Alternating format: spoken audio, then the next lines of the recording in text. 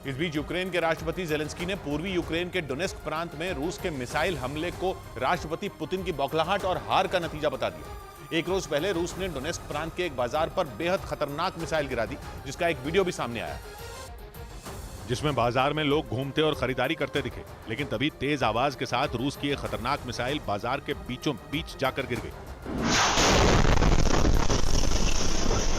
Missile गिरने के बाद वहां चारों तरफ अफरा तफरी मच गई। हमले के बाद वहां हर तरफ तबाही नजर आने लगी। जिस जगह मिसाइल गिरी वहां से काला धुआं और आग की लपटें उठती नजर आईं।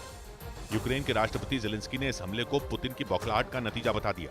Росіяни б'ють по цивільним людям і цивільним об'єктам. यूक्रेन ने दावा किया कि रूस के इस हमले में 16 से ज्यादा लोगों की मौत हो गई, जबकि कई लोग घायल हो गए। उधर यूक्रेन दौरे पर गए अमेरिकी विदेश मंत्री एंटनी ब्लिंकन ने वहां की जमीन से यूक्रेन की बड़ी मदद का ऐलान किया।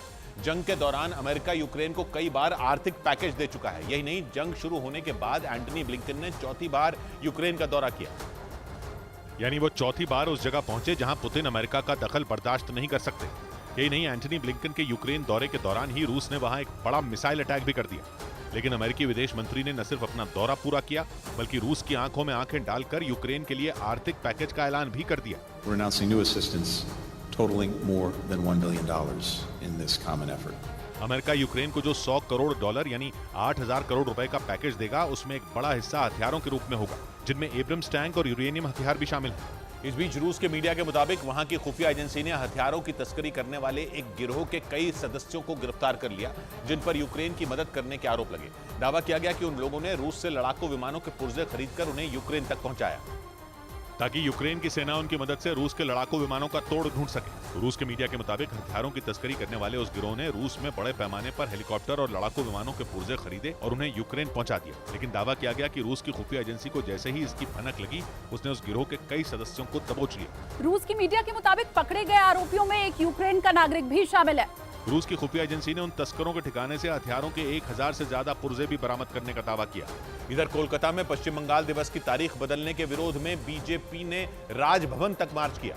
बीजेपी ने आरोप लगाया कि ममता बनर्जी की सरकार ने पश्चिम बंगाल के स्थापना दिवस की तारीख बदलने का फैसला अपनी जिद की वजह से लिया, जिसके खिलाफ बीजेपी ने राज्यपाल के पास पहुंचकर विरोध जताया।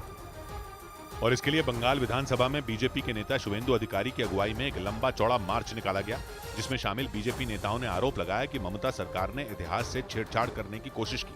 आप इतिहास को भुला नहीं सकते, हम लोग भुला नहीं देंगे।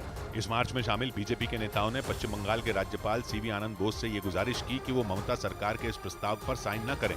और ये सारा बवाल तब शुरू हुआ जब पश्चिम बंगाल के राज्यपाल ने 20 जून को राजभवन में पश्चिम बंगाल स्थापना दिवस मनाया था, जिसके बाद ममता बनर्जी ने उन्हें पत्र लिखकर इस पर ऐतराज जताया और पश्चिम बंगाल स्थापना दिवस 20 जून के बजाय 15 अप्रैल को मनाने की सिफारिश की, क्योंकि इसी दिन से बंगाल में नया साल शुरू होता है। हालांकि केंद्र सरकार के पास मौजूद रिकॉर्ड के मुताबिक 20 जून 1947 को पश्चिम बंगाल को तब के पूर्वी पाकिस्तान यानी मौजूदा बांग्लादेश से अलग करने का फैसला लिया गया, इसलिए पश्चिम बंगाल के गठन की तारीख 20 जून 1947 मानी गई। लेकिन टीएमसी ने दलील दी कि इस विभाजन के दौरान हुए खून खराबे की वजह से इसकी तारीख बदलनी पड़ी और इसे बदलकर 15 अप्रैल करने के लिए ममता बनर्जी ने एक सर्वदलीय बैठक भी बुलाई, जिसके बाद पश्चिम बंगाल के तमाम शहरों में बीजेपी ने ममता सरकार के इस फैसले का विरोध शुरू कर दिया।